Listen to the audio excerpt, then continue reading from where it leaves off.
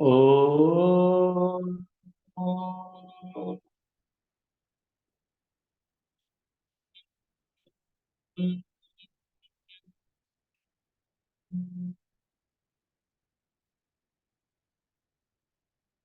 નમો અરહંતાણં નમો સિદ્ધાણં નમો આયર્યાણં નમો વજ્રાયણં નમો લોય ત્રિકાળવર્તી સૌ સાહુણં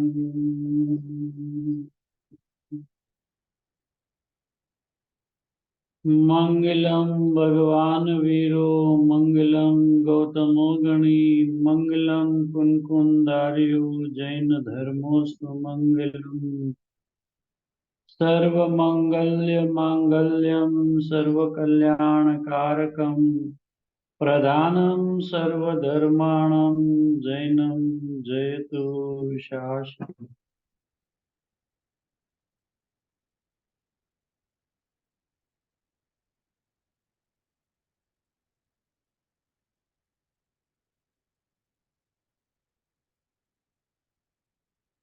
ત્રિલોકીનાથ સર્વજ્ઞ પરમાત્માની મંગલમય દિવ્ય દેશનાના સારરૂપ આ શ્રી ભરતક્ષેત્રના ભગવાન કલિકાલ સર્વજ્ઞ એવા શ્રી કુનકુંદ આચાર્ય ભગવાન દ્વારા વિરચિત ગ્રંથાધિરાજ સમયસારજી પરમાગમની 12મી મહામંગલમય ગાથા ચાલે છે. 12મી ગાથાની અંદરમાં ભાવો ખૂબ ઊંડા ભર્યા છે. એનું અદ્ભુત સ્પષ્ટીકરણ કુનકુંદ આચાર્ય ભગવાને જે સૂત્રની રચના કરી છે એ સૂત્રની અંદરમાં કેટલી ગંભીરતા છે એનું વાચ્ય અમૃતચંદ્ર આચાર્ય ભગવાન ટીકા દ્વારા જ્યારે વિસ્તારથી બતાવે છે અને એ ભાવને સમજવા માટે વર્તમાનમાં ચાલતું દ્રષ્ટાંત સોનાનું આપીને એ સાધક જીવોની દશા કેવી હોય છે એનું જે સ્પષ્ટીકરણ કરે છે અને શબ્દ છે વ્યવહાર દેશીદા, પણ એનો અર્થ વ્યવહાર કરવો એવો નથી થતો એવું કુનકુંદ આચાર્ય ભગવાનનું હૃદય અમૃતચંદ્ર આચાર્ય ભગવાને એ પોતાની પ્રચુર સ્વસંવેદનની સ્વાનુભૂતિમાં આળોટીને એનો અર્થ તે કાળે જાણેલો પ્રયોજનવાન છે એનું નામ વ્યવહાર દેશીદા થાય છે. પણ વ્યવહારનો ઉપદેશ આપવો કે વ્યવહારનું પ્રથમ આચરણ કરવું એવો એનો અર્થ નથી થતો એવું અમૃતચંદ્ર આચાર્ય ભગવાનનું હૃદય ગુરુદેવ શ્રી પોતાના સ્વાનુભૂતિના બળથી આ 12મી ગાથાનો ભાવ ખૂબ અદ્ભુત રીતે સ્પષ્ટ કરે છે. ભાવાર્થ કરતા એ પણ ખૂબ ઊંડાણથી આ 12મી ગાથાનો ભાવ ખોલ્યો છે. સાધક જીવોની જે દશા છે જ્યાં સુધી પૂર્ણ વિતરાગ ન થાય ત્યાં સુધી એને વચ્ચે એક સમયમાં એક સાથે બે ભાવ હોય છે, પણ બંને ભાવો ભિન્ન ભિન્નપણે ભાસે છે.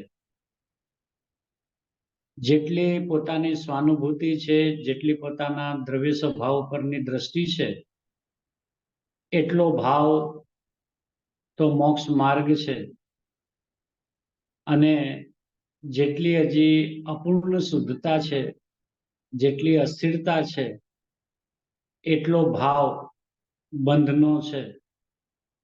એમ બંને ભાવ સાધક દશાની અંદરમાં હોય છે. એનું ખૂબ અદ્ભુત સ્પષ્ટીકરણ ગુરુદેવશ્રીએ પોતાના મંગલમય પ્રવચનોની અંદરમાં કર્યું છે. એ જ 12મી ગાથાનો ભાવાર્થ પૂજ્ય ગુરુદેવશ્રીનું 12મી ગાથાનું સળંગ 49 નંબરનું મંગલમય પ્રવચન સમયસાર સિદ્ધિ ભાગ 1 પેજ નંબર 504.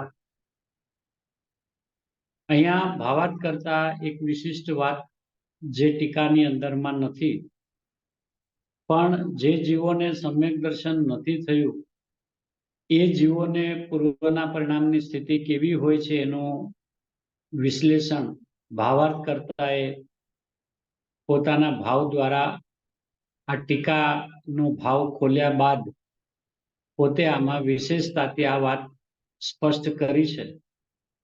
એનું હવે ગુરુદેવ શ્રી સ્પષ્ટીકરણ કરે છે. ફરીને એકવાર મૂળ ગાથા જે છે 12મી ગાથા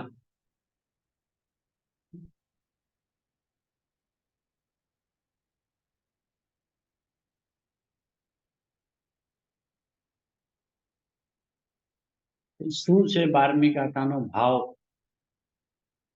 આચાર્ય ભગવાનના વચનો શું છે?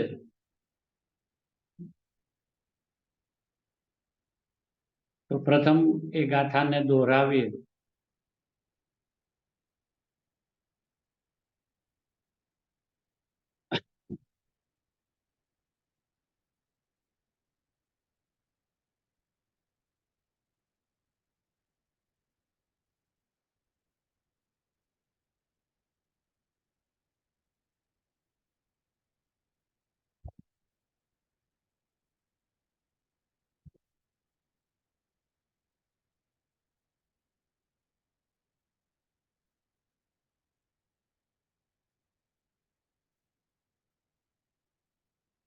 देखे परम जे भाव तेने सुध नय ज्ञातव्य छे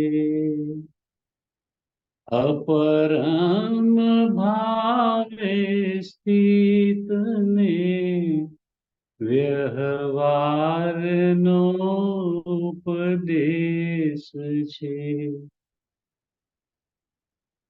આ ગાથાનું જે હાર્દ જે છે કે જેમાં વચનની અંદરમાં એમાં એવું છે કે અપરમ ભાવે સ્થિત ને વ્યવહારનો ઉપદેશ છે. પણ એનું વાચ્ય શું છે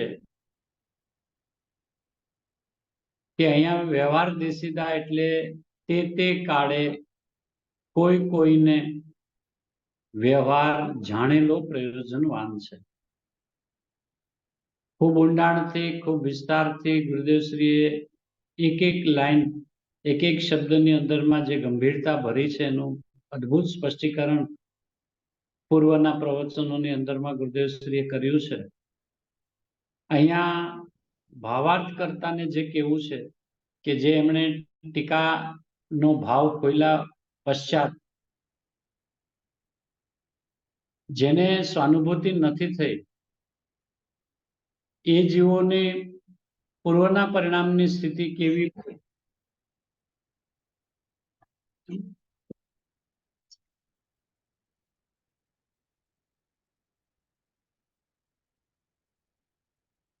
એ ભાવાર્થ કરતા એ વિશેષ આની અંદરમાં પોતાના ભાવોને ભરીને આમાં મૂક્યું છે કે જ્યાં સુધી યથાર્થ જ્ઞાન શ્રદ્ધાની પ્રાપ્તિ રૂપ સમ્યક દર્શનની પ્રાપ્તિ ન થઈ હોય ત્યાં સુધી તો જેમનાથી યથાર્થ ઉપદેશ મળે છે એવા જીન વચનોનું સાંભળવું, ધારણ કરવું તથા જીન વચનોને કહેનારા શ્રી જીન ગુરુની ભક્તિ, જીન બિંબના દર્શન ઇત્યાદિ વ્યવહાર માર્ગમાં પ્રવૃત્ત થવું પ્રયોજનવાન છે. અને જેમને શ્રદ્ધા જ્ઞાન તો થયા છે પણ સાક્ષાત પ્રાપ્તિ નથી થઈ તેમને પૂર્વ કથિત કાર્ય પરદ્રવ્યનું આલંબન છોડવા રૂપ અણુવ્રત મહાવ્રતનું ગ્રહણ, સમિતિ ગુપ્તિ પંચપરમેષ્ઠીના ધ્યાન રૂપ પ્રવર્તન એ પ્રમાણે પ્રવર્તનારાઓની સંગતિ કરવી અને વિશેષ જાણવા માટે શાસ્ત્રોનો અભ્યાસ કરવો ઇત્યાદि વ્યવહાર માર્ગમાં પોતે પ્રવર્તવું અને બીજાને પ્રવર્તાવવું એવો વ્યવહાર નયનો ઉપદેશ અંગીકાર કરવો પ્રયોજનવાન છે. વ્યવહાર નયને કથનચિત અસત્યાર્થ કહેવામાં આવ્યો છે, પણ જો કોઈ તેને સર્વ અસત્યાર્થ જાણી છોડી દે તો શુભુપયોગ રૂપ વ્યવહાર છોડે અને સદુપયોગની સાક્ષાત પ્રાપ્તિ તો થઈ નથી. તેથી ઉલટો અશુભ યોગમાં જ આવી ભ્રષ્ટ થઈ ગમે તેમ સ્વેચ્છારૂપ પ્રવર્તે તો નરકાદિ ગતિ તથા પરંપરા નિગોદને પ્રાપ્ત થઈ સંસારમાં જ ભ્રમણ કરે. માટે શુદ્ધનયનો વિષય જે સાક્ષાત શુદ્ધાત્મા તેની પ્રાપ્તિ જ્યાં સુધી ન થાય ત્યાં સુધી વ્યવહાર પણ પ્રયોજનવાન છે એવો સ્યાદવાદ મતમાં શ્રી ગુરુઓનો ઉપદેશ છે. આ ભાવાર્થ કરતાનો ભાવ જેનું અહીંયા ગુરુદેવ શ્રી સ્પષ્ટીકરણ કરી રહ્યા છે. 12મી ગાથા એનો ભાવાર્થ જ્યાં સુધી યથાર્થ જ્ઞાન શ્રદ્ધાની પ્રાપ્તિરૂપ સમ્યક દર્શનની પ્રાપ્તિ ન થઈ હોય ત્યાં સુધી આ હોય છે. શું? ત્યાં સુધી કે જેમનાથી યથાર્થ ઉપદેશ મળે. આ પણ શરત આ જેમનાથી યથાર્થ ઉપદેશ મળે એટલી તો એને પીછાણ પેલી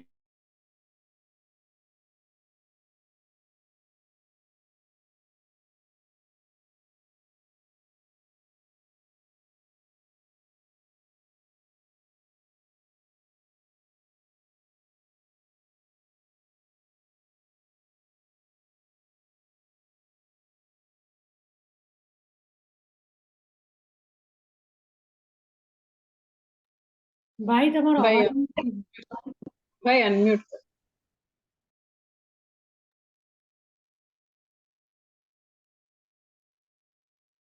સમ્યક દર્શન થયા પહેલા આવું હોય છતાં એનાથી સમ્યક દર્શન થાય એમ નહીં. સમ્યક દર્શન થવા પહેલા એને જેમનાથી યથાર્થ ઉપદેશ મળે. હવે ગુરુદેવ અહીંયા વજન આપીને કહે છે જેમનાથી યથાર્થ ઉપદેશ મળે એટલે જેમ જે યથાર્થ ઉપદેશ આપનાર કોણ છે એવું તો એને પહેલું જ્ઞાન હોવું જોઈએ. ભલે અજ્ઞાન છે ત્યાં પણ એને એ જાતનું જ્ઞાન તો હોવું જોઈએ ને કે યથાર્થ ઉપદેશ કરનાર કોણ છે.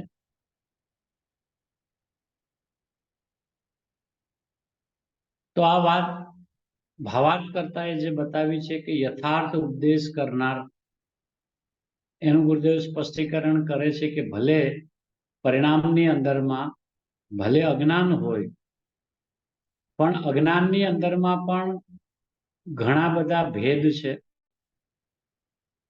એ સમ્યક દર્શનના પૂર્વની પર્યાયમાં જેટલું પણ કાંઈ છે એ બધું ભલે સામૂહિક રૂપે અજ્ઞાન નામ પામતું હોય તો પણ અજ્ઞાનની અંદરમાં પણ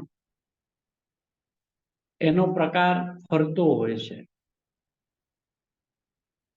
સમ્યક દર્શન નથી એટલે કહેવામાં એમ આવે કે અજ્ઞાન છે ત્યાં સુધી, પણ અજ્ઞાનની અંદરમાં પણ જે જીવને ખરેખર પોતાના શુદ્ધાત્માની ભગવાન આત્માની સ્વાનુભૂતિ કરવાનો ભાવ અંદરમાંથી ઉત્પન્ન થયો છે અને જે પોતાના શુદ્ધ સ્વભાવને કેમ અનુભવવો આ રાગ આદિના પરિણામથી કેમ છૂટું પડવું, પરદ્રવ્યના વલણવાળો જે ભાવ આખો દિવસ રહ્યા કરે છે ત્યાંથી પાછું કેવી રીતે વળવું, અને મને મારો શાશ્વત પરમાત્મા જે છે એટલે કે છે તો સ્વયં પોતે જ, પણ એની મને વર્તમાનની અંદરમાં પ્રાપ્તિ કેવી રીતે થાય, એટલે કે સ્વસંવેદન કેવી રીતે થાય, એવો જેને અંદરમાંથી ભાવ સ્વયં પોતાની ગરજ પૂર્વકનો ઉત્પન્ન થયો છે, એ જીવનું મિથ્યાત્વ ટળ્યા પહેલા ગળે છે. એટલે મિથ્યાત્વની અંદરમાં પણ એક ઘોર મિથ્યાત્વ હોય કે જેની અંદરમાં ધર્મ શબ્દ કાને પડતા આમ અંદરમાંથી આકુળ વ્યાકુળ થઈ જાય, એનો અનાદર એટલો બધો કરી નાખે કે અહીંયા આપણે કોઈ ધર્મ બરમની વાતો કરવી નહીં, આપણે સંસારમાં આવ્યા છીએ ખાય પીઓ જલસા કરો, આ બધી હંબક વાતો છે. કોણ નરક નિગોદમાં જોવા ગયું છે, કોણ સ્વર્ગ આદિને જોયા છે, કોણે પૂર્વ ભવ જોયા છે, કોને ભવિષ્યના ભવ જોયા છે, એમ પોતાની મતિ કલ્પનાથી જે પોતાની વાત જ્યારે આવે ત્યારે અંદરમાંથી તીવ્ર વિરોધ આવે, એનું મિથ્યાત્વ ગાઢ છે. પણ જે જીવનો સંસારનો કિનારો આવ્યો છે નજીક, અને જેને આવો એક પોતાના સ્વરૂપ તરફ ઢળવાનો ભાવ આવ્યો છે, સ્વરૂપની પ્રાપ્તિ કરવાનો ભાવ આવ્યો છે, પોતાને વર્તમાનમાં સમ્યક દર્શન પ્રગટ કરવાનો ભાવ આવ્યો છે, અને પ્રગટ કરીને પોતાની પરિપૂર્ણ દશા સુધી પહોંચવાનો ભાવ આવ્યો છે, એનું મિથ્યાત્વ ભલે કદાચ વર્તમાનમાં ટળ્યું નથી પણ એ ગળે છે.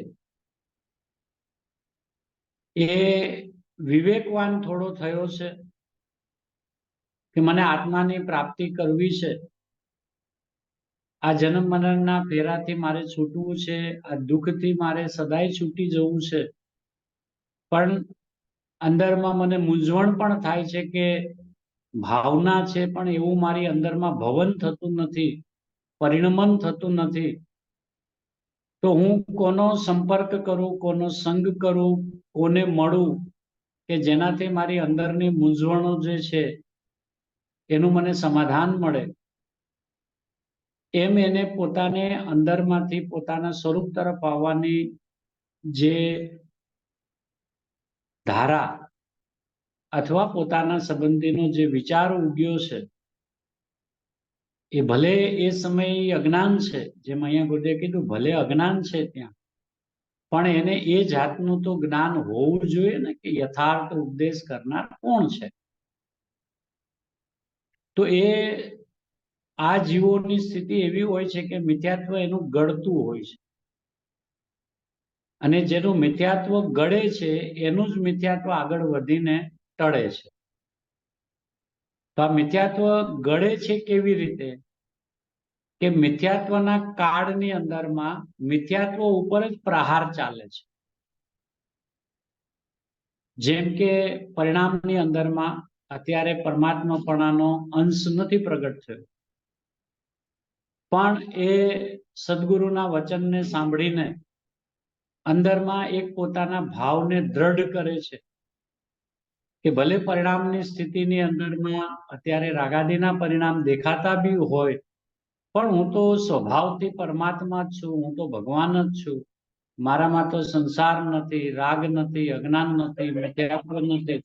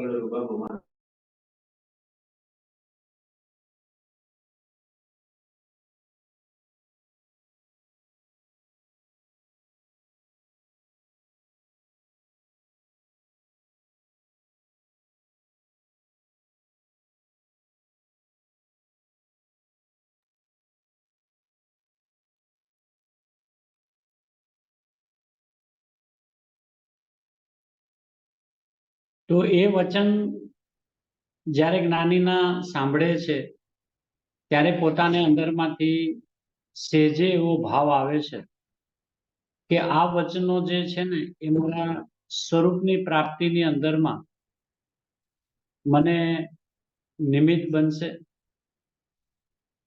અહીંયા જ મારા ભવનો અભાવ થાય એવી વિધિ મને મળશે. ત્યારે મિથ્યાત્વજી ટળ્યું નથી, પણ ગળવાનું ચાલુ થઈ ગયું. જે સ્વરૂપનો અનાદર ચાલતો હતો એ સ્વરૂપની અંદરમાં પ્રવેશ કરવાનો ભાવ અંદરમાંથી ઉત્પન્ન થવા માંડ્યો. તો એ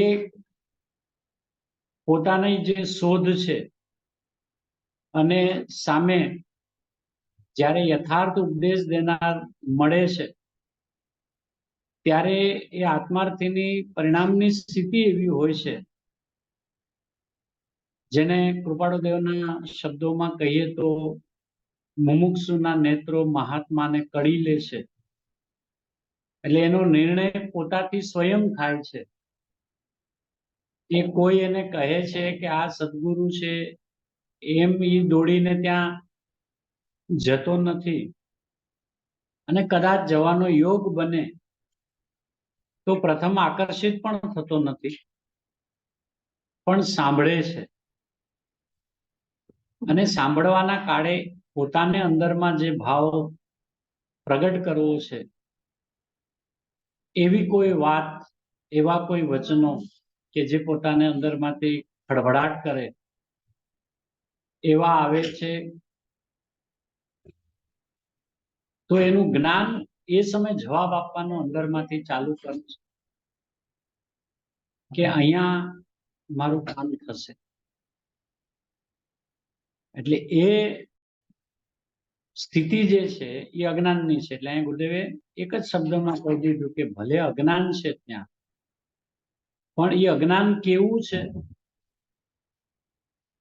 કે ગળેલું અજ્ઞાન છે.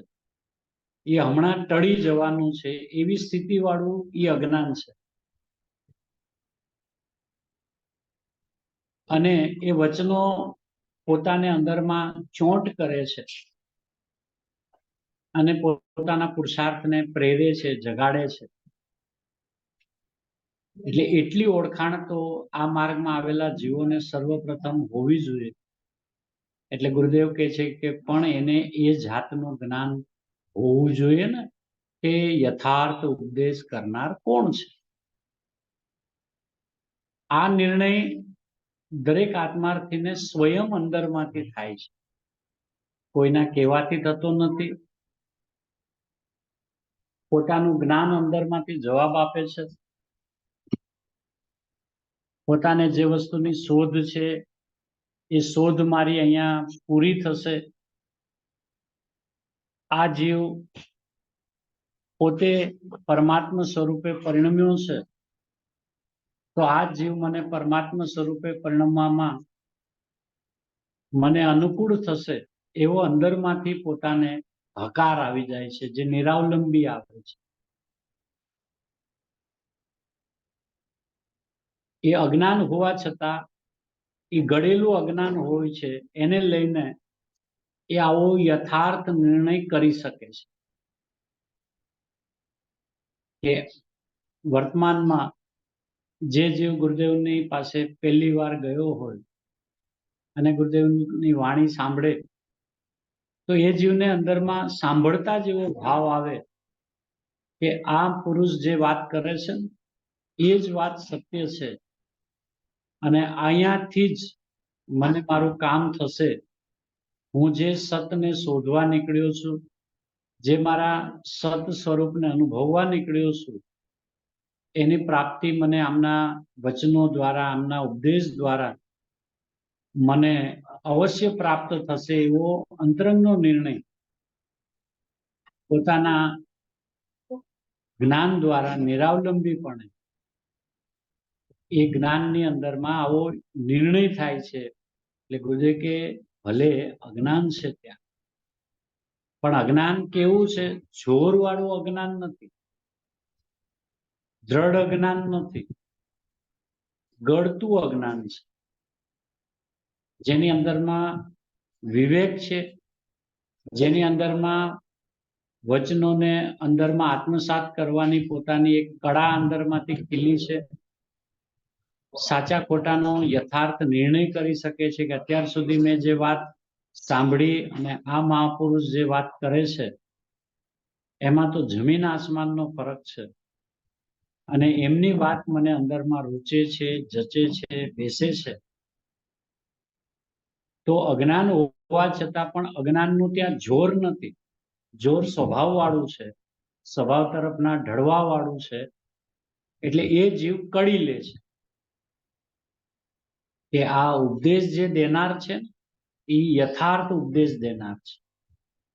કેમ કે જીવે વર્તમાનની અંદરમાં પણ ઘણા જીવોનો સંપર્કમાં આવ્યા હોય, ઘણાની વાણી સાંભળતા હોય, ઘણાના પરિચયમાં આવ્યા હોય, તો એને એનો પોતાનો જે અત્યાર સુધીનો અનુભવ જે છે એ અનુભવને કળી લે છે કે મેં અત્યાર સુધી જે વાત, જે વ્યક્તિઓનો પરિચય કર્યો, જેની વાણી સાંભળી, અને આ વાત અને આ વચન જ્યારે હું સાંભળું છું ત્યારે મને અંદરમાંથી મારા સુધારમાં જાણે કરવટ બદલતો હોય, અંદરમાંથી જાગૃત થતો હોય, અંદરમાં જવા માટે આકર્ષિત થતો હોય, અંદરમાં જવાનો પુરુષાર્થને જગાડતો હોય, એવા આ વચનો જે અત્યાર સુધી મેં સાંભળ્યા, જે જીવોના પરિચય કર્યા, એનાથી ટોટલ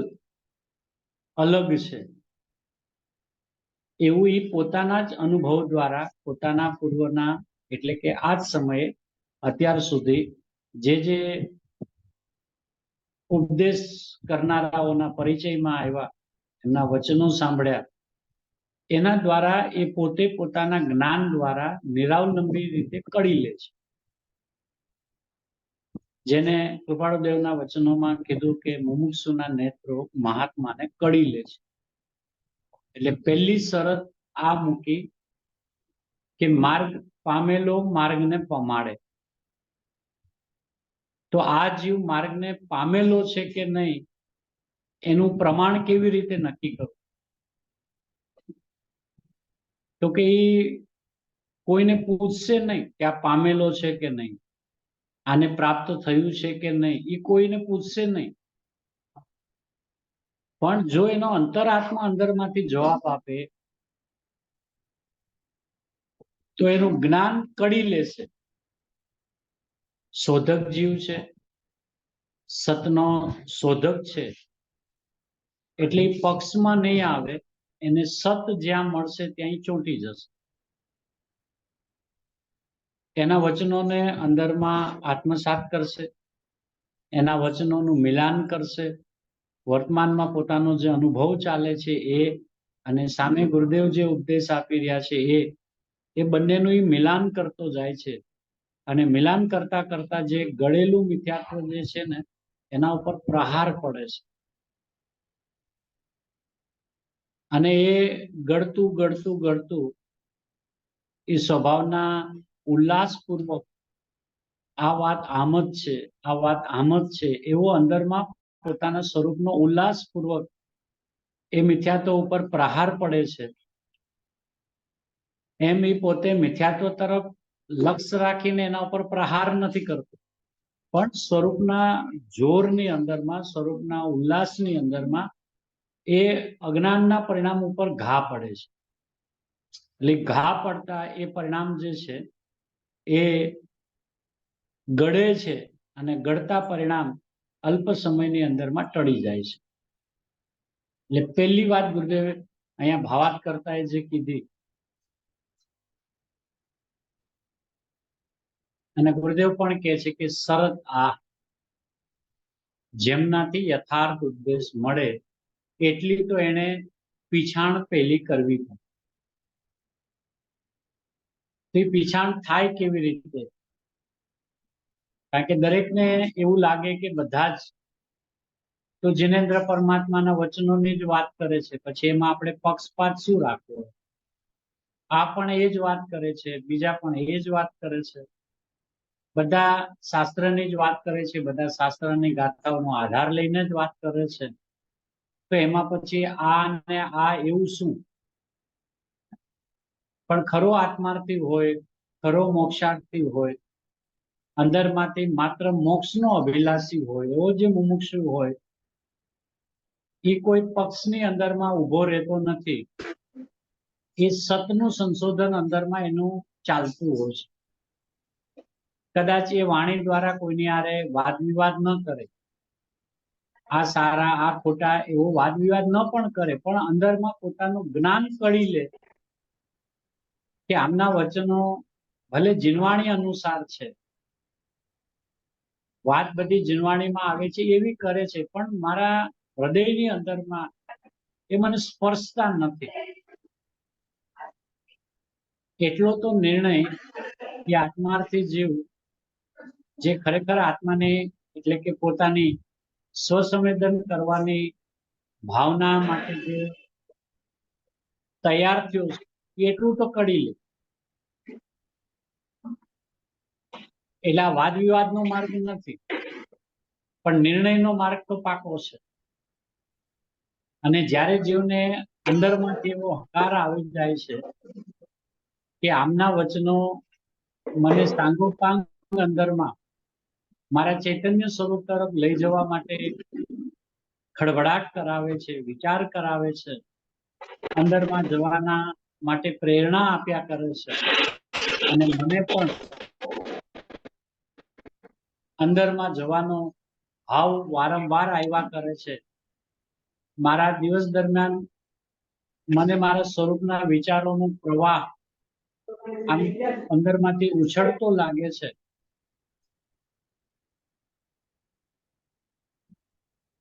તો એ અન્ય જીવોનો સંપર્ક છોડી દે છે.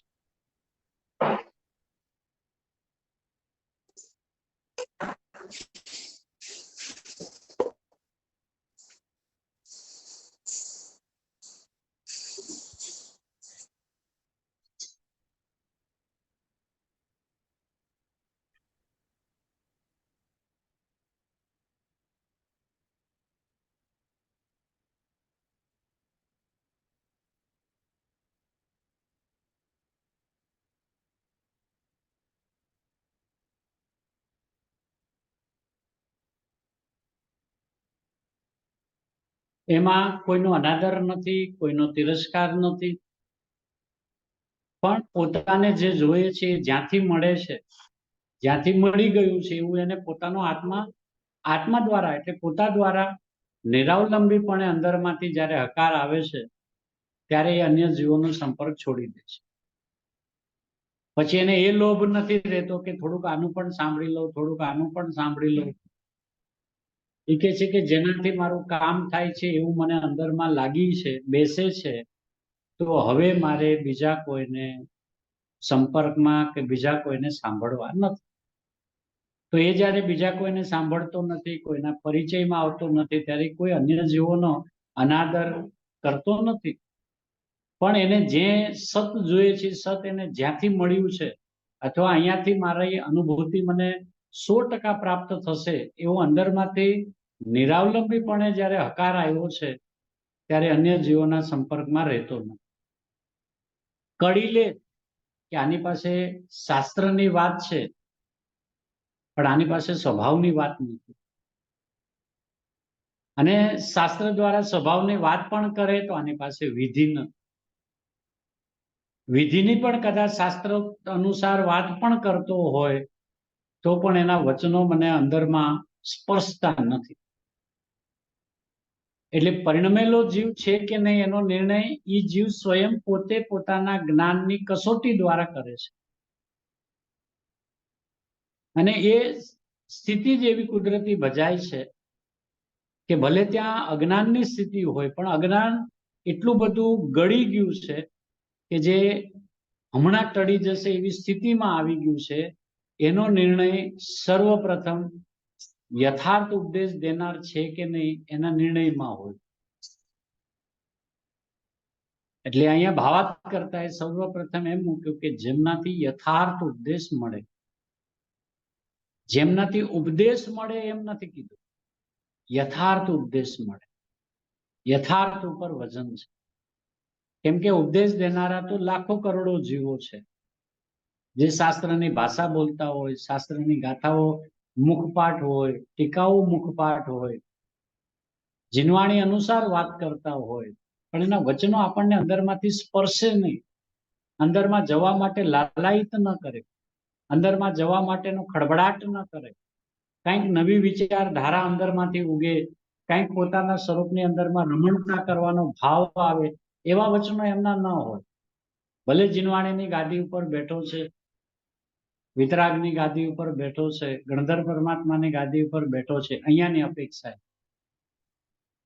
પણ ખરો આત્માર્થી, ખરો મોક્ષાર્થી જે જીવ હોય છે એ કડી લે છે. એટલે ગુરુદેવ અહીંયા કહે છે કે જેમ જે યથાર્થ ઉપદેશ આપનાર કોણ છે એવું તો એને પહેલું જ્ઞાન હોવું જોઈએ. ભલે અજ્ઞાન છે ત્યાં, તો અજ્ઞાનને આગળ ન કરવું, કે આપણે અજ્ઞાનમાં કેવી રીતે નક્કી કરી શકીએ કે આ યથાર્થ ઉપદેશ દેનાર છે કે નહીં. એ તો સમ્યક જ્ઞાનીને ખબર પડે કે ના, એવું ના હોય. જે સમ્યક જ્ઞાનને પ્રગટ કરવા તૈયાર થયો છે એનું જ્ઞાન ભલે અત્યારે સમ્યક રૂપે ન પણ પરિણમેલું હોય તો પણ એટલો તો એના જ્ઞાનની અંદરમાં વિવેક આવી જાય છે, એવું તો એનું જ્ઞાન તીક્ષ્ણ થઈ જાય છે. અને સાથે સાથે પોતાના સ્વરૂપની પ્રાપ્તિ કરવાનો ભાવ છે, એટલે પોતાના આત્માની અંદરમાંથી જ હકાર આવે છે કે આ જ્ઞાનીના વચનો મને મારા સ્વાનુભવની અંદરમાં સહાયક બનશે, અહીંયાથી જ મારું કામ થશે, એવું અંદરમાંથી નિરાવલંબી પણ જીવને હકાર આવે છે. હવે જે જીવને આવો હકાર આવે અને એ હકારને પણ જો લાઇટલી લઈ લે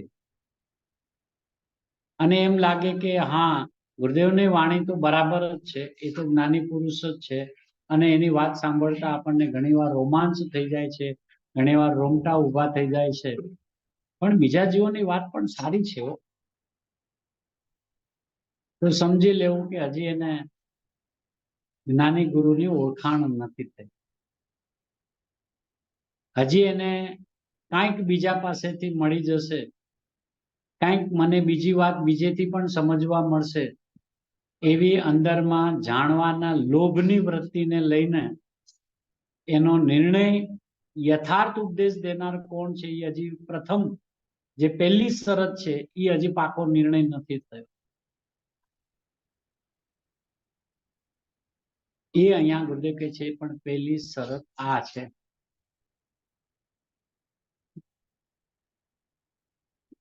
કે પ્રભુ માર્ગમાં પણ શરતું મૂકવાની એ શરત છે. પ્રભુ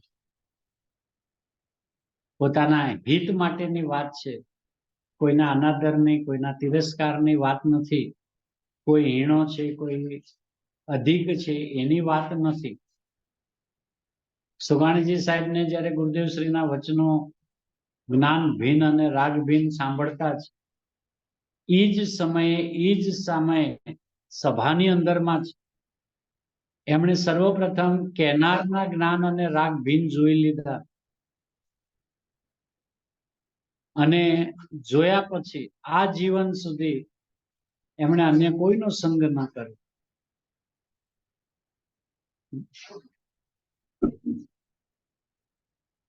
એ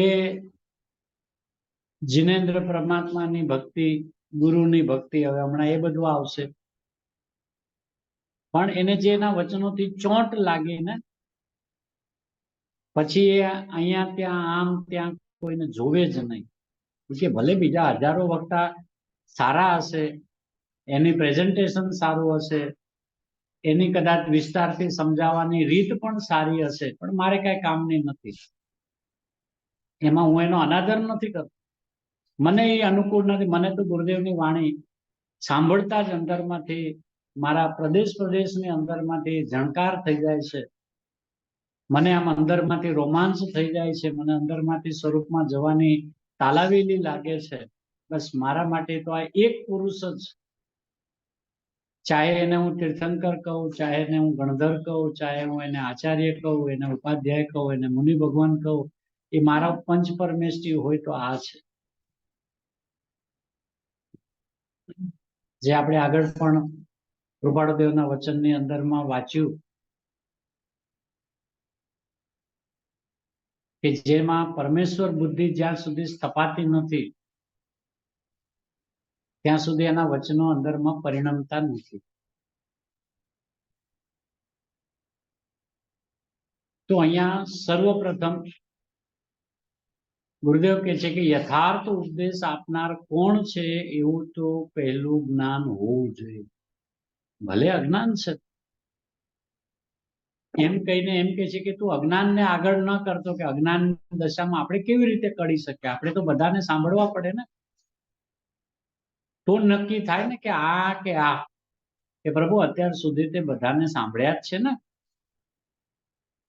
અને હજી પણ સત જ્યારે સામે આવે, યથાર્થ ઉપદેશ દેનાર જ્યારે સામે આવે અને એ સમયે પોતાના આત્માને અંદરમાંથી હકાર પણ આવ્યો હોય કે નહીં આ ગુરુદેવની વાણી તો યથાર્થ છે, અને ત્યારબાદ પણ અન્ય જીવોના સાંભળવાનો જો ભાવ આવતો હોય તો ગુરુદેવ યથાર્થ ઉપદેશ દેનાર છે એ નિર્ણય પાકો થયો નથી.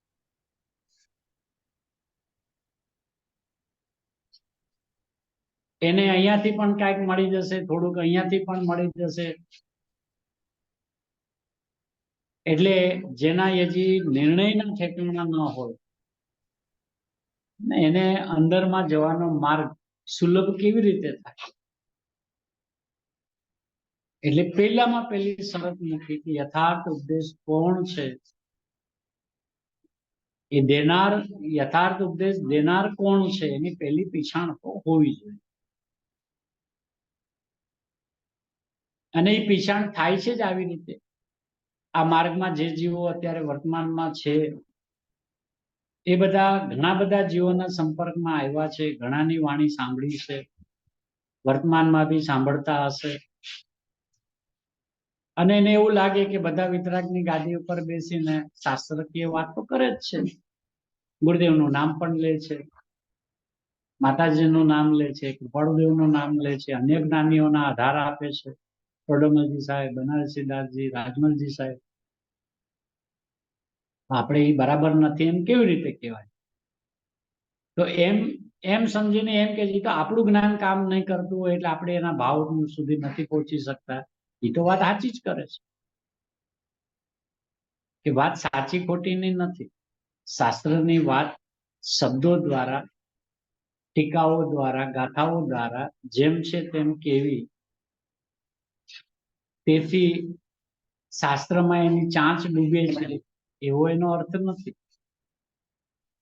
વારંવાર શાસ્ત્રનો આધાર આપી દેતા હોય કે જો આ શાસ્ત્રની આ ગાથામાં તો લખ્યું છે કર્ણાની યોગમાં આમ છે, પ્રથમાની યોગમાં આમ છે, ચરણાની યોગમાં આમ છે, તો એનાથી આકર્ષિત થવાની જરૂર નથી. સાચો આત્માર્થી, સાચો મોક્ષાર્થી આકર્ષિત ન થાય. એની નજર હંમેશા બાજ નજર જેવી હોય કે મને આમ અંદરમાં કોના વચનો દ્વારા ચોંટ લાગે છે, વિસ્તાર કોણ કેટલો કરે છે, કોને કેટલું યાદ છે, કોનો સક્ષમ વિશેષ છે, કોણ સારા શબ્દોની અંદરમાં, સજાવેલા શબ્દોની અંદરમાં, મલાવેલા શબ્દોની અંદરમાં આત્માની વાત કરે છે, બહુ સારું છે, પ્રેઝન્ટેશન સારું છે, એનાથી આકર્ષિત થતો જ નથી. અને જો એ આકર્ષિત થાય છે તો એ એન્ટરટેનમેન્ટ માટે જાય છે, એ પોતાની આત્માની પ્રાપ્તિ માટે નથી જતું.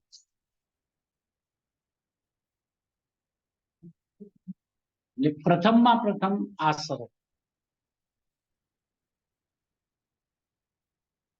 કારણ કે જ્યારે અંદરમાંથી હકાર આવી ગયો તો શોધ ત્યાં પૂરી થઈ ગઈ.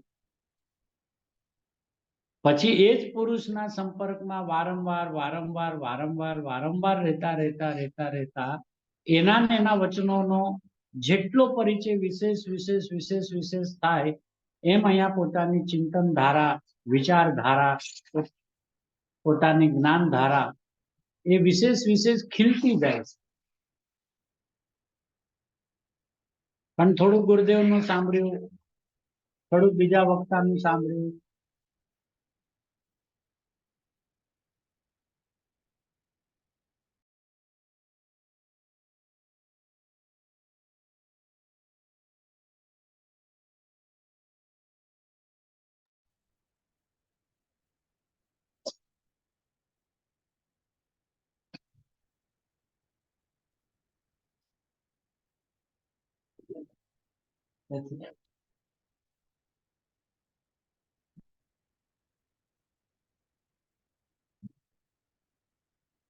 તો હજી યથાર્થ ઉપદેશ દેનાર કોણ છે એની ઓળખાણ નથી થઈ.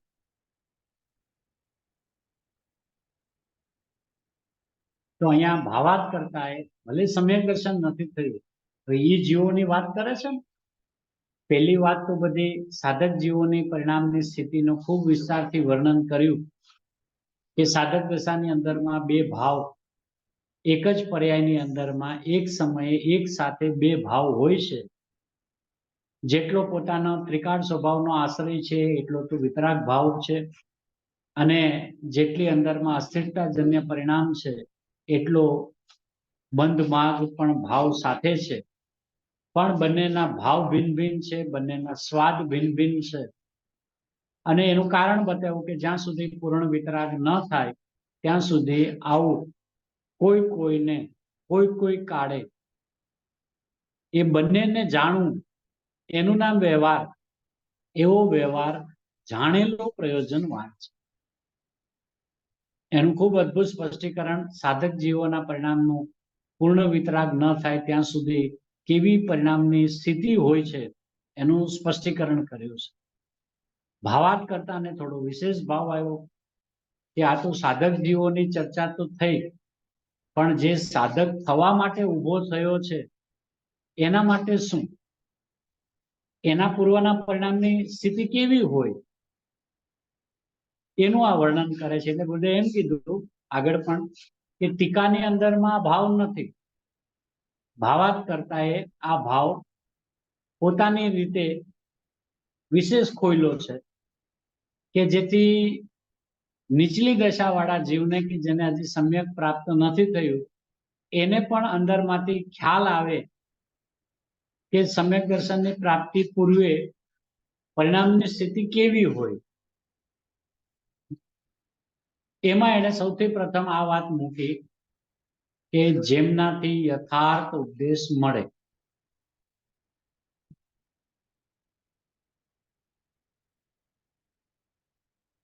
કે પણ શરત આ, અને ઈ તો એને પોતાએ પીછાણ પેલી કરવી પડે. પીછાણ એટલે ઓળખાણ. હવે એ ઓળખાણ બહારથી સાંભળીને ન થાય. કોઈ આમ બહુ કોઈના વખાણ કરતા હોય એને લઈને એની ઓળખાણ ન થાય, કારણ કે સાચો આત્માર્થી ક્યારેય પણ કોઈથી આકર્ષિત થતો નથી. એ હંમેશા પોતાના જ્ઞાનના ચક્ષુને વિવેકથી ઉઘાડેલા રાખે છે. બહુ કદાચ કોઈ કહેતું હોય તો યોગ બને તો સાંભળવા પણ જાય, પણ સાંભળવાના કાળે એની જાગૃતિ હોય છે અને એને ખ્યાલ આવે કે આના વચનો મને આત્મસાતની અંદરમાં સહાયક બનશે કે નહીં, નિમિત્ત કરી અનુકૂળ રહેશે કે નહીં. એ કેવી રીતે નક્કી થાય? તો એ બાજુવાળા ત્રીજા ચોથા કોઈ એને કીધું છે કે આ જ્ઞાની છે, આ બહુ સારું સમજાવે છે, તો એનાથી આકર્ષિત થઈને એ ન જાય. જવાનો યોગ બને અને કદાચ ત્યાં સાંભળવા બેસે તો એનો આત્મા જો અંદરમાંથી એને હકાર આપે કે હા આ વાત જે કહે છે ને એ મને અંદરમાં સ્પર્શે છે, મને અંદરમાં ચોંટ મારે છે, એવો જેનો યથાર્થ નિર્ણય થાય એને ખબર પડે કે આ ઉપદેશ દેનાર એ યથાર્થ ઉપદેશ આપે છે. યથાર્થનો અર્થ એ છે કે એ જીવ ઉપદેશ દેનાર સ્વયં પોતે પેલા પરિણમેલો છે, એટલે એનું નામ યથાર્થ ઉપદેશ દેનાર. ઉપદેશ દેનાર એટલો શબ્દ નથી પ્રયોગ કર્યો. યથાર્થ ઉપદેશ દેનાર કોણ છે એની પહેલા ઓળખાણ હોવી જોઈએ. પહેલી શરત આ. ભલે અજ્ઞાન છે, ગુરુદેવ બધી વાત ચોખ્ખી કરે છે કે ભલે અજ્ઞાન છે પ્રભુ, તું ચિંતા ના કર, પણ આ અજ્ઞાન તારું છે ને ગળેલું અજ્ઞાન છે, જે હમણાં ટળી જવાનું છે. અને એ અજ્ઞાનની અંદરમાં એ તાકાત છે, એ કડી લે છે. ખાલી અજ્ઞાન એટલા માટે કહેવાનું છે કે એમાં સમ્યક જ્ઞાન એટલે કે સ્વસંવેદન રૂપ પરિણમન નથી, બસ એટલું જ એની અંદરમાં ઓછપ છે. બાકી જ્ઞાન એવું નથી કે જે વિવેક જ ન કરી શકે, કળી જ ન શકે, સમજી જ ન શકે, એવું અજ્ઞાન નથી. તીવ્ર અજ્ઞાન નથી, પ્રગાઢ અજ્ઞાન નથી, ગળેલું છે. મિથ્યાત્વના પરિણામ ગળેલા છે, ભલે ટળ્યા નથી, પણ ભલે ટળ્યા ન હોય ત્યારે પણ એ પરિણામની અંદરમાં, એ જ્ઞાનની અંદરમાં એટલું જોર હોય છે કે એ ઉપદેશ દેનાર જ્યારે ઉપદેશ દેતા હોય ત્યારે એનું જ્ઞાન અંદરમાંથી કબૂલી લે કે આ ઉપદેશ દેનાર યથાર્થ ઉપદેશ દેનાર છે, કે આ ઉપદેશક માત્ર જીનવાણીના વચનો સાંભળીને ગાથાઓ છે જેમ લખી છે એમ, ટીકાના શબ્દ જેમ લખ્યા છે એમ, એ રીતે એનો ખુલાસો કરે છે. એટલે પહેલામાં પહેલી ઓળખાણ યથાર્થ ઉપદેશ દેનાર કોણ છે, ને ગુરુદેવ કહે છે એ જાતનું જ્ઞાન હોવું જોઈએ. અને કહે છે કે ભલે અજ્ઞાન છે ત્યાં ચિંતા ન કરતો, કે અજ્ઞાન છે એને આગળ ન કરતો. એ અજ્ઞાન હમણાં ટળીને સમ્યક જ્ઞાન રૂપે પરિણમી જશે, પણ પરિણમશે ક્યારે? કે પરિણમેલો છે એવું જો પોતાના જ્ઞાનની અંદરમાં કબૂલાત થઈ ગઈ હોય, પછી અન્ય કોઈની વાણી, કોઈનો સંપર્ક કરવો નહીં. કારણ કે એક તો પોતે હજી અનુભૂતિની અંદરમાં આવ્યો નથી, એટલે આજે ગુરુદેવના વચન સારા લાગશે, કાલે કોઈ અન્યના વચન સારા લાગશે, કાલે કોઈ એનાથી વધારે સારી રીતે પ્રેઝન્ટ કરશે તો એના વચનો સારો લાગશે. નિર્ણય કાંઈ નહીં થાય, એન્ટરટેનમેન્ટ થશે. બહુ મજા આવી, બહુ સારી રીતે પ્રેઝન્ટ કર્યું, અત્યારે ચાલતા યુગ પ્રમાણે પ્રેઝન્ટ કર્યું, અને પીપીટી દ્વારા બતાવ્યું, પ્રોજેક્ટ દ્વારા બતાવ્યું, ડ્રાફ્ટ કરી કરીને, ડ્રોઈંગ કરી કરીને બતાવ્યું. બાપુ તું એન્ટરટેન માટે જાય છે, હજી તારા જ્ઞાનની અંદરમાં આ જ બધી વાતની મહિમા છે. એનો મતલબ કે તને હજી એ વાત અંદરમાંથી ખ્યાલ નથી આવતો કે આના વચનો મને સ્પર્શ્યા કે ન સ્પર્શ્યા. જ્ઞાનનો ઉઘાડ, જ્ઞાનનો ક્ષમ દરેક જીવનો અલગ અલગ હોય, કહેવાની પદ્ધતિ બધાની અલગ અલગ હોય. કોઈ સારી રીતે વાતને રજૂ કરી શકતો હોય, પણ એ સારી રીતે કરેલી વાત સાચી છે કે નહીં એનું નક્કી કેવી રીતે થાય? કારણ કે વચન તો એ પણ જીનાગમના જ અનુસાર બોલે છે, શાસ્ત્ર લઈને જ બેઠા છે, આચાર્ય ભગવાનના વચનોને જ વાત કરે છે, આધાર પણ બીજા જ શાસ્ત્રોના પણ આપે છે જે આચાર્ય દ્વારા જ રચેલા છે. પણ તેથી શું? મોક્ષમાર્ગ પ્રકાશકમાં આવે છે કે શાસ્ત્ર અનુસાર વચનો તો બોલે, પણ બોલવાના કાળે એને પોતાને ભાષતા ન હોય, એટલે એ વક્તાના વચનો સામેવાળા ઉપર અસર ન કરે.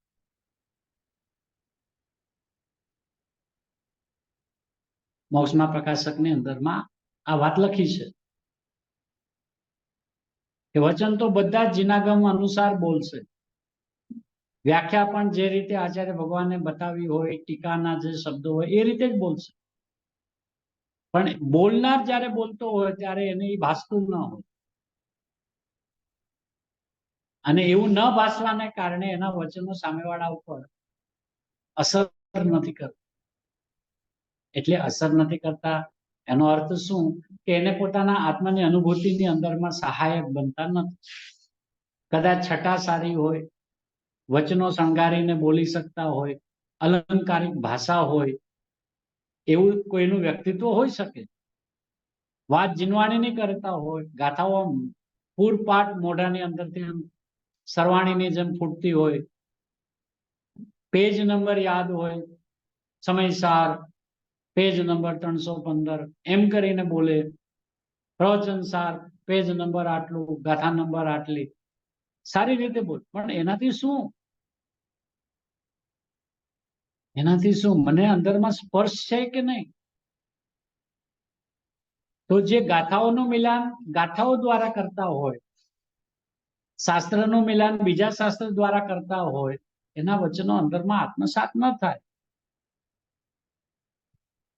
એ જ્ઞાનનો ક્ષયોક્ષમ હોય, જ્ઞાનનો વિકાસ થયેલો હોય, કદાચ એ જ્ઞાનમાં વિશેષતા પણ હોય, સારા શબ્દોની, સજાવેલા શબ્દોની, અલંકારિક શબ્દોની,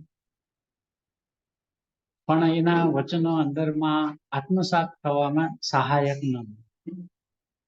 હવે એ આપણે કરવું પડે કે આના વચનો હું જ્યારે સાંભળવા જાઉં છું, કોઈના પણ વચનો, ત્યારે મારી સૌથી પહેલી જવાબદારી શું છે કે જેના વચનો મને અંદરમાં સાંભળતાની સાથે જ મારા આત્માની અંદરમાં ઉછાળ લાવી દે, મારા આત્માની અંદરમાં રોમાંચ લાવી દે, પોતાના આત્માની અંદરમાં પુરુષાર્થને જગાડી દે, એવું લાગે છે. એવી જાગૃતિપૂર્વક જ્યારે જીવ, આત્માર્થી જીવ, મોક્ષાર્થી જીવ સાંભળવા જાય, અને જો એને એવું ન લાગે તો એ ઉદાસીન થાય, આકર્ષિત ન થાય, અને એની અંદરની શોધ ચાલુ જ રહે. પણ જો એ શોધના ફળ સ્વરૂપે સામે યથાર્થ ઉપદેશ દેનાર મળી જાય અને એનો આત્મા અંદરમાંથી પોકાર કરીને કહે કે હા, આના વચનો એ યથાર્થ છે, કે આ વચનો સાંભળતા મને ખુમારી ચડે છે, મને ધૂન ચડે છે, મારો પુરુષાર્થ અંદરમાંથી વેગીલો બને છે, મને હું પરમાત્મા છે ભાવનું પોષણ થાય છે, તો તત્ક્ષણ તે જ સમયથી બીજા અન્ય તરફનો જવાનું, સાંભળવાનું, મળવાનું બંધ થઈ. પોતાના હિતાર્થમાં, કોઈના નિષેધ માટે, કોઈના અનાદર માટે, કોઈના તિરસ્કાર માટે નહીં. પણ મારે હવે એ વચનોનું શું કામ છે? એ કદાચ આગમની શૈલી હોઈ શકે, ગાથાઓ સારી રીતે હોઈ શકે, પણ મને એનાથી કાંઈ મત. મને તો મારું કામ ક્યાં થાય છે, કયા વચનો મને અંદરમાં સ્પર્શે છે, મારે તો એનું કામ છે. હું મારા પોતાના સ્વહિત માટે નીકળ્યો છું. હું આ બધા જ્ઞાનના કલેક્શન માટે નથી નીકળ્યો કે થોડુંક આની પાસેથી કલેક્ટ કરી લઉં, થોડુંક આનું સાંભળી લઉં, થોડીક આની શૈલી સારી, થોડીક ઓલાની શૈલી સારી. એ એન્ટરટેનમેન્ટ માટે હું જીન મંદિરમાં નથી જતો. એ લોકરંજન માટે હું મંદિરમાં નથી જતો. હું તો આત્મરંજન માટે જાઉં છું. એવું તો એને પ્રથમથી જ, જે ખરો આત્માર્થી હોય, એનો આટલો વિવેક તો અનુભૂતિ પહેલા આવી ગયો. ને તો ભલે અજ્ઞાન છે, જીવના પરિણામની સ્થિતિ આવી હોય, પછી જ્યાં શોધ પૂરી થાય, પછી આડું અવળું કોઈની સામે જોવે જ નહીં. અને ન જોવાનું કારણ એ છે કે પોતાને સેફ રાખવા માટે, કે કોઈની વિચારધારા, કોઈના વિકલ્પો, કોઈનું સ્પષ્ટીકરણ મારા ચિંતન સાથે મેચ જો ન થાય, એટલે મને બહુ વિકલ્પ ચાલે, એટલે પાછું આણે આમ કીધું, ઓલાએ તો અહીંયા આમ કીધું, શાસ્ત્રમાં આમ છે, ગુરુદેવ અહીંયા આમ કે છે, એટલે વિકલ્પોની ઝાડ ઊભી થઈ જાય અને પોતાને કન્ફ્યુઝન અંદરમાં રહ્યા કરે કે તો પછી આનું આમ કીધું, ઓલાએ આમ કીધું, એનું શું સમજવું? કે પ્રભુ તું બંધ કરી દે બધું. ગુરુદેવની વાણી પર્યાપ્ત લાગે છે ને સ્વાનુભૂતિ માટે કે હા તો વળગી જાય, ચોટી જાય, ભૂલી જાય આખા વિશ્વને કે આ વિશ્વની અંદરમાં બીજા પણ કોઈ વક્તાઓ છે, મારા માટે આ એક જ છે. ત્યારે એનો ઉપદેશ અને એનો વારંવારનો પરિચય, વાણીનો પ્રત્યક્ષ, જેની જેવી સ્થિતિ હોય એ પ્રકારે, ત્યારે એને અંદરમાં આત્મસાત થવા માટે નિમિત્ત બને છે.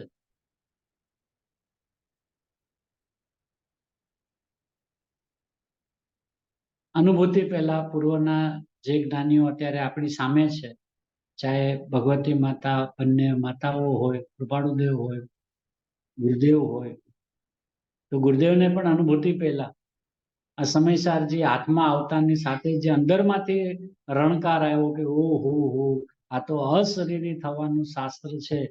પછી બીજા કોઈ શાસ્ત્ર વાંચ્યા? કુંકુંદ આચાર્ય ભગવાનના શાસ્ત્રો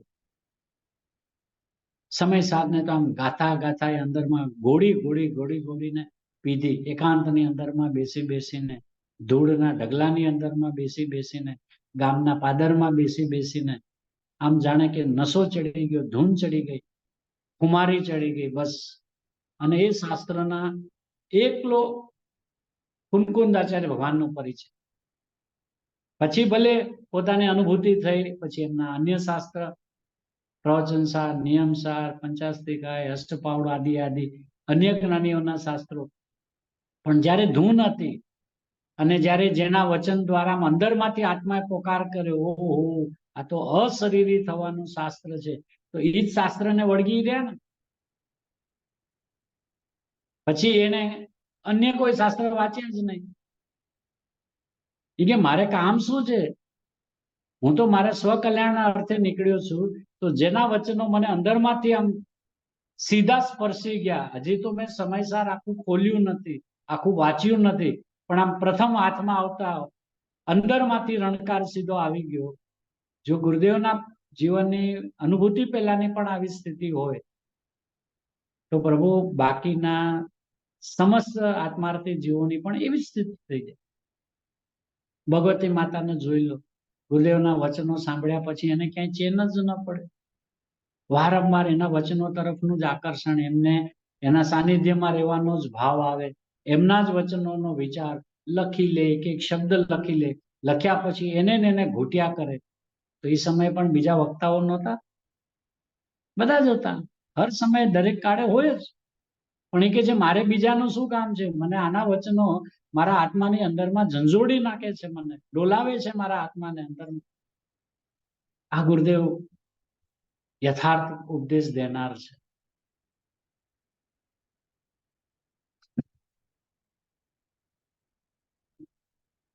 તો પહેલામાં પહેલી શરત આ છે કે યથાર્થ ઉપદેશ દેનાર કોણ છે એટલું જ્ઞાન તો હોવું જોઈએ.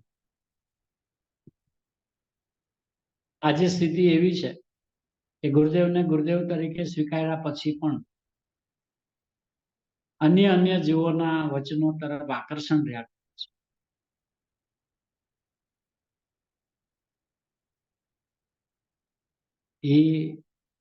એને ખ્યાલ નથી આવતો કે હું આ રીતે જે મારું પ્રવર્તન ચાલે છે ને એમાં હું લોકરંજન અર્થે જીન મંદિરમાં જાઉં છું, આત્મરંજન માટે નથી જતો.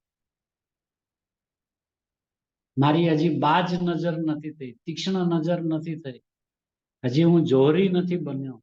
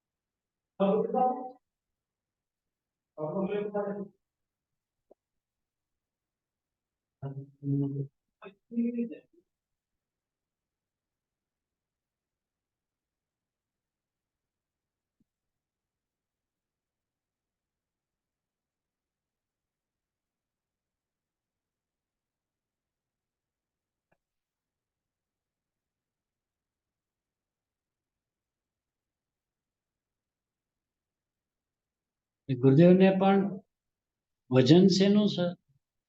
ઉપદેશ દેનારનું નહીં, યથાર્થ ઉપદેશ દેનાર કોણ છે?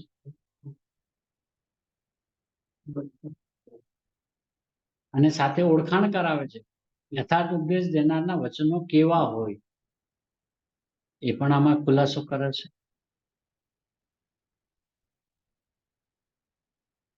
એટલે પેલા પોતાએ નક્કી કરવું કે મને ખરેખર ગુરુદેવ યથાર્થ ઉપદેશક લાગ્યા છે કે નથી લાગ્યા.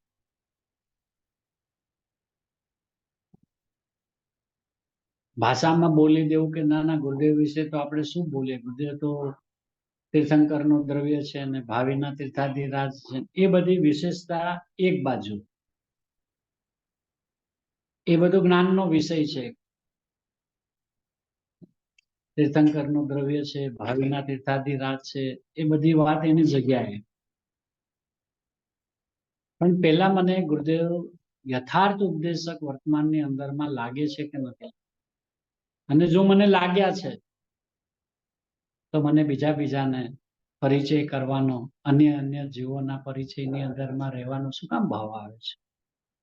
આ પુરુષની અંદરમાં મને શું કમી લાગે છે? જે કોઈ મને કાંઈ પણ કહેશે એ કહેનારને ગુરુદેવ પાસે જ આવવું પડશે, એને ગુરુદેવના વચનોનો જ સહારો લેવો પડશે. એને શાસ્ત્રનો કોઈ અર્થ કરવો હશે, ટીકાનો, ગાથાનો, તો એને ગુરુદેવના વચનોનો પરિચય કરવો પડશે, ગુરુદેવને સાંભળવા પડશે.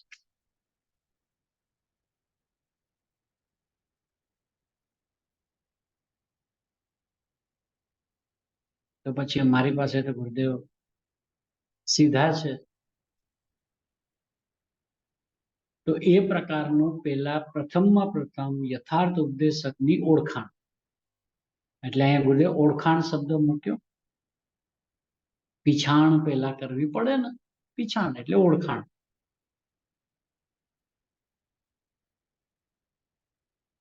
પછી એ વિશ્વની અંદરમાં કોઈનો અનાદર નહીં, કોઈનો તિરસ્કાર નહીં, પણ એમ કે મારે શું કામ છે? જે પાણીએ મારા ચોખા ચડે છે, મારે બીજા પાણી હશે વિશ્વની અંદરમાં, મને એની હારે કઈ મતલબ નથી. માને તો આ પાણીથી મારા ચોખા ચડે છે અને ચોખાથી મારું કામ ચાલે છે, મારે તો આજ મારા માટે પર્યાપ્ત છે.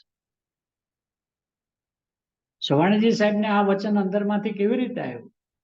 એ ગુરુદેવ શ્રી અમારા માટે અનંત તીર્થંકરથી અધિક છે, તો એને કઈ અનંતા તીર્થંકરોની વિરાધના થોડી ના કરી છે કે પ્રભુ ભલે જ વિશ્વની અંદરમાં અનંત તીર્થંકરો છે, એનો અવિનય નથી, પણ જેની સભામાં બેસીને મને મારો ભગવાન આત્મા મળ્યો હોય, મારા માટે તો એ અનંત તીર્થંકરથી અધિક છે. એમાં અનંત તીર્થંકરોનું બહુમાન છે કે પ્રભુ તમારી સભામાં આવીને મેં તમે જે વાત કહેતા હતા એ તે સમય મને ન સમજાણી, એ વાત આ પુરુષના સાનિધ્યની અંદરમાં આવતા એ અનંત તીર્થંકરોના હૃદયની અંદરમાં જે ભાવ પડ્યો છે, એ વચનના ભાવોનું વાચ્ય મને આ પુરુષ દ્વારા સમજાણું છે, તો મારા માટે તો પ્રભુ આ અનંત તીર્થંકરથી અધિક છે. એટલે આત્માર્થીના પરિણામની અનુભૂતિ પહેલાની સ્થિતિ કેવી હોય એની આ વાત કરે છે. અને પોતાના પરિણામને એકવાર તપાસી લેવા હારે કે મારા પરિણામની અંદરમાં શું છે. મને બીજા કોઈની વાણી સાંભળવાનો ભાવ રહે છે, આનું સાંભળી લો, આનું સાંભળી લો, આ વાંચી લો થોડુંક, ઓલું વાંચી લો થોડુંક, કે માત્ર ગુરુદેવ ગુરુદેવ અને ગુરુદેવ.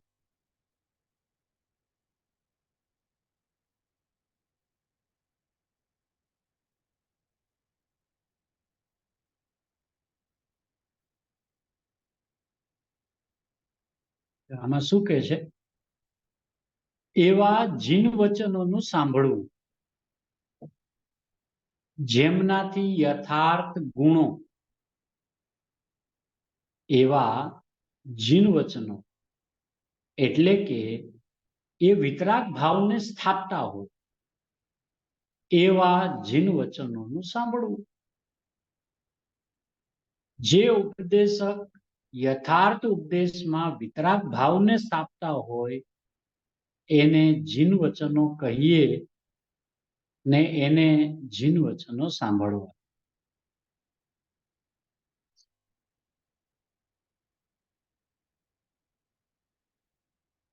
સ્થાપનાની અંદરમાં વિતરાગ ભાવની વાત છે કે આડી અવળી વાત છે, દ્રષ્ટાંતોની જ વાત છે,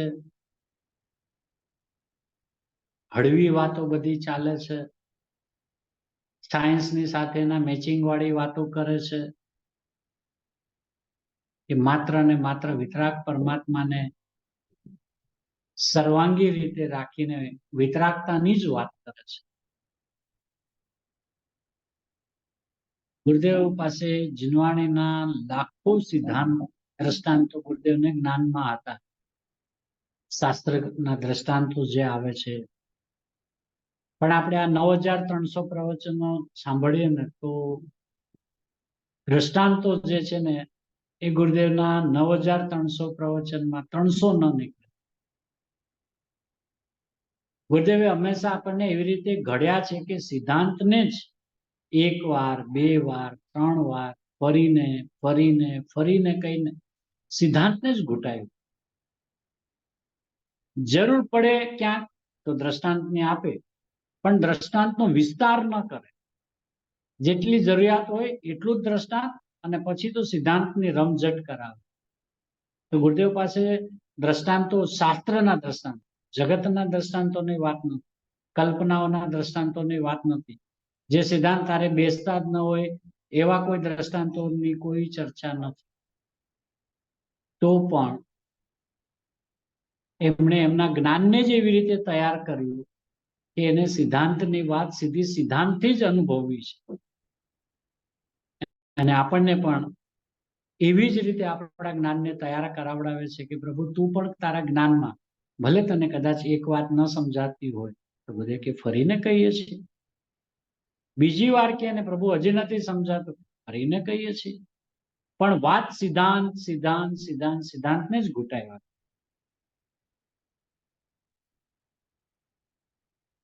કેમ કે બહુ દ્રષ્ટાંત દેવાથી એ સિદ્ધાંત ચોળાઈ જાય છે.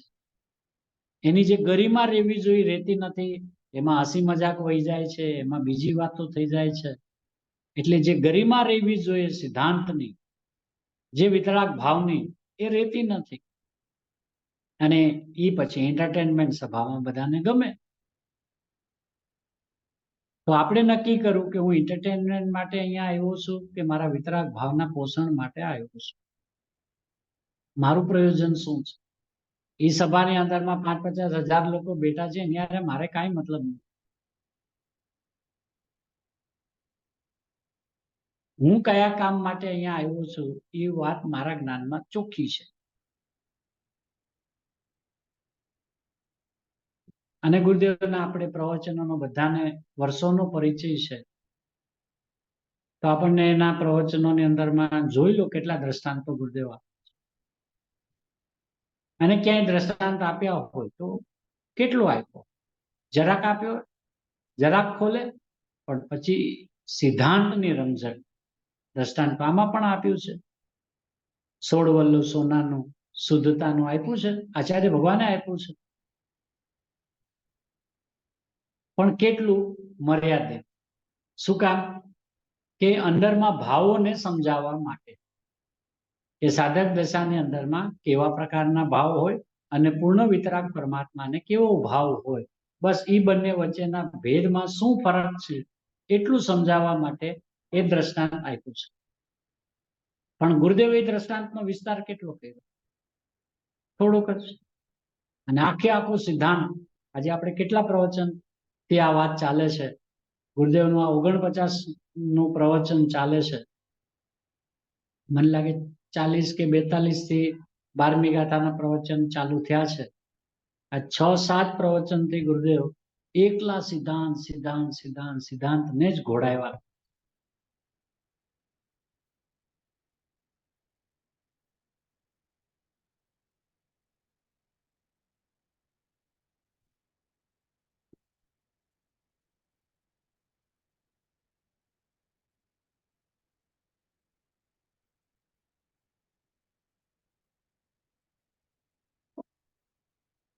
તો યથાર્થ ઉપદેશના વચનોની અંદરમાં શું આવે, ગુરુદેવ એની ઝલક આપે છે. એ વિતરાગ ભાવને સ્થાપતા એવા જીન વચનોનું સાંભળવું. જે ઉપદેશક યથાર્થ ઉપદેશમાં, જો વારંવાર જે ઉપદેશક ઉપદેશમાં એમ નથી કહેતા, જે ઉપદેશક યથાર્થ ઉપદેશમાં વિતરાગ ભાવને સ્થાપતા હોય. એ યથાર્થ શું કામે વારંવાર શબ્દો પ્રયોગ કરે છે? યથાર્થ એટલે પરિણમીને. ઉપદેશક ઉપદેશની અંદરમાં વિતરાગ ભાવને સ્થાપતા હોય એવા તો આપણને હજારો મળશે. કારણ કે જીનવાણીના વચનો સામે લઈને બેઠા હોય તો વાત તો વિતરાગ ભાવની કરે, પણ એમાં મિસિંગ શું હોય? યથાર્થ.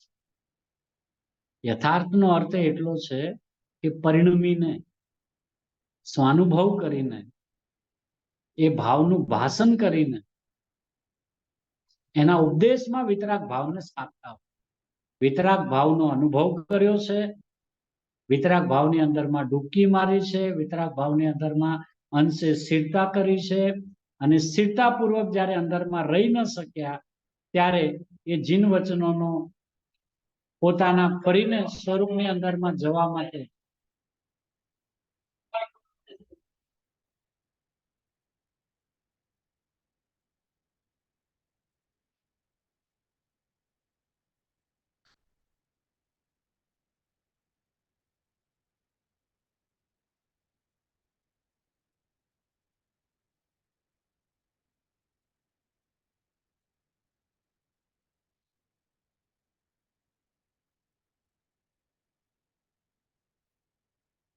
વિતરાગ ભાવનું જેને સ્વસંવેદન થયું હોય, વિતરાગ ભાવની અંદરમાં જેને ડૂબકી મારી હોય અને એ અંદરમાં સ્વરૂપમાં સ્થિર ન રહી શકતા હોય ત્યારે એ જીનવાણી દ્વારા, જીન વચનો દ્વારા અને પોતાના અનુભવ દ્વારા એના વચનોની અંદરમાં પણ વિતરાગતા પોષક જ વાત આવતી હોય, વિતરાગતાની જ સ્થાપના કરતા હોય.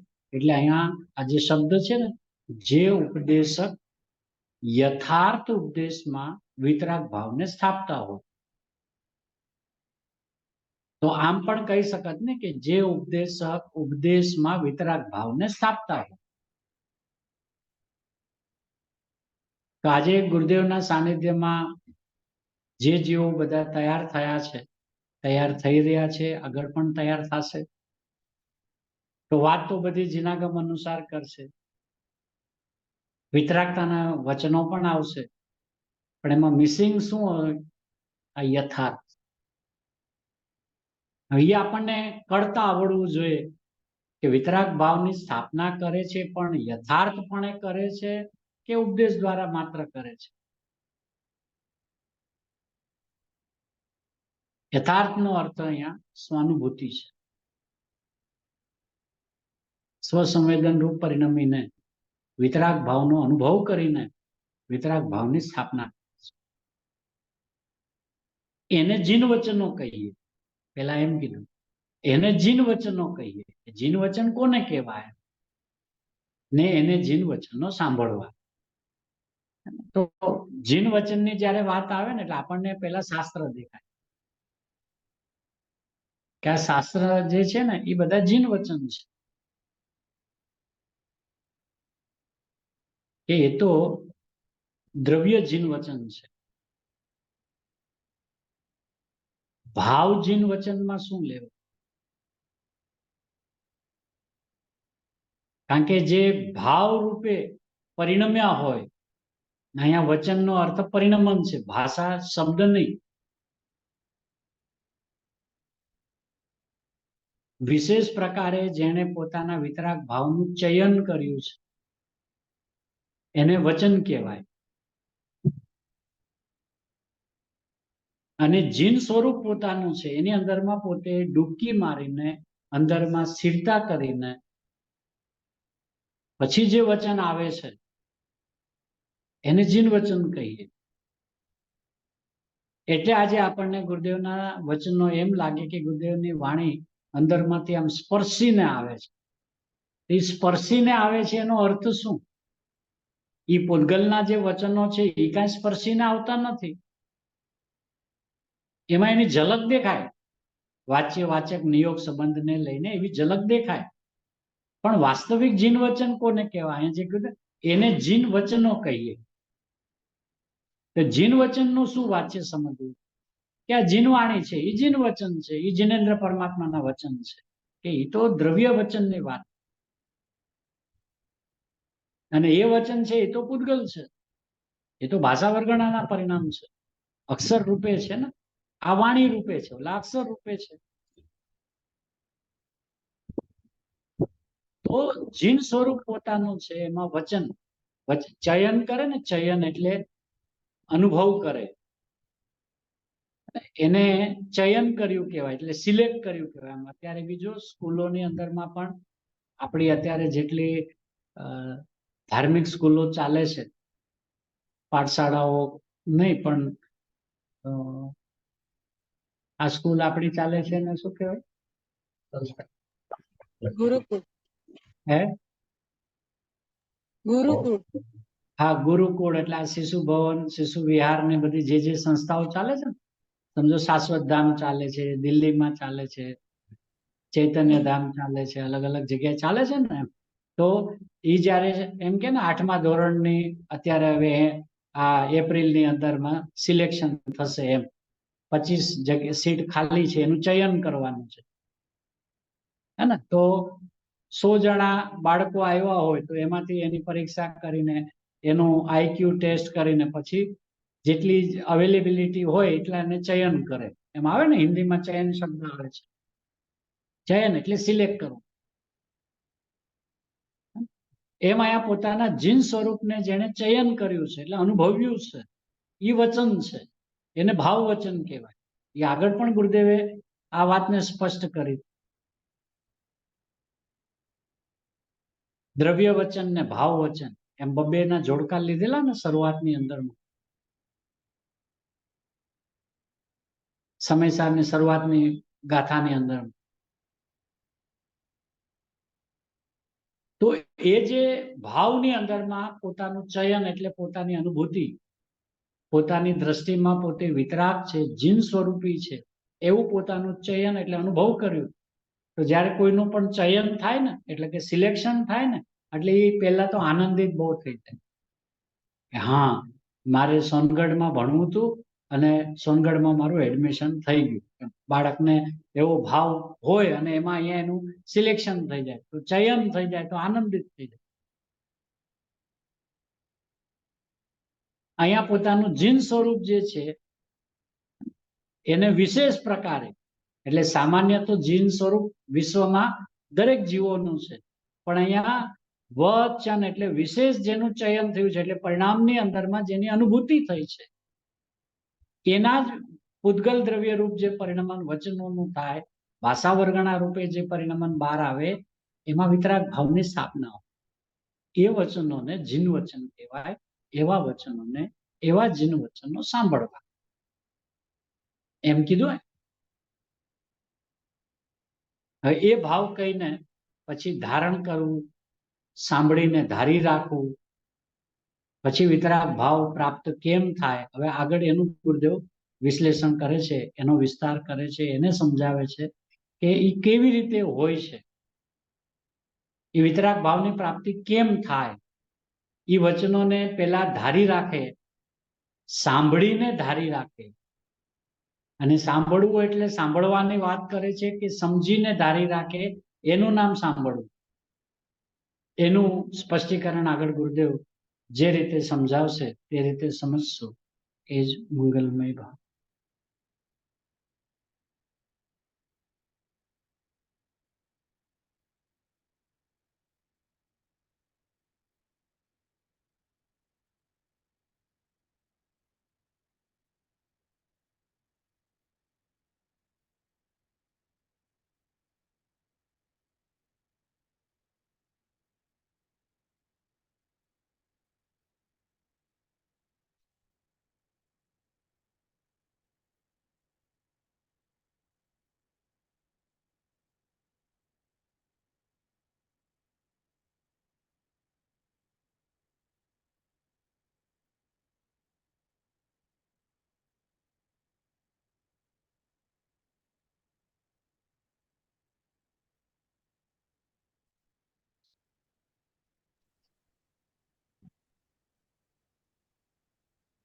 भाई जय लाओ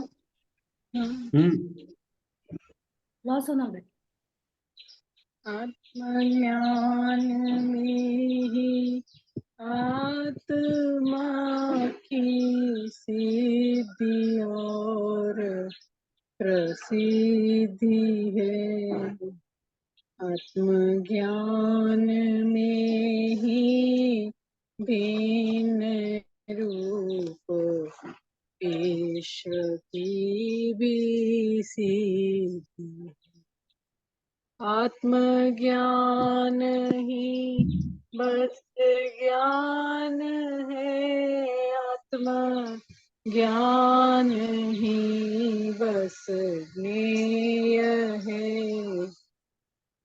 आत्मज्ञानमय ज्ञाता ही आत्मा ज्ञान ज्ञेय वेद। दर्शाय सरस्वती देवी ने यह किया परम उपकार है। निज भाव में ही स्थिर रहूं मां, वंदना अविकार है। निज भाव में ही स्थिर रहूं मां, वंदना अविकार है।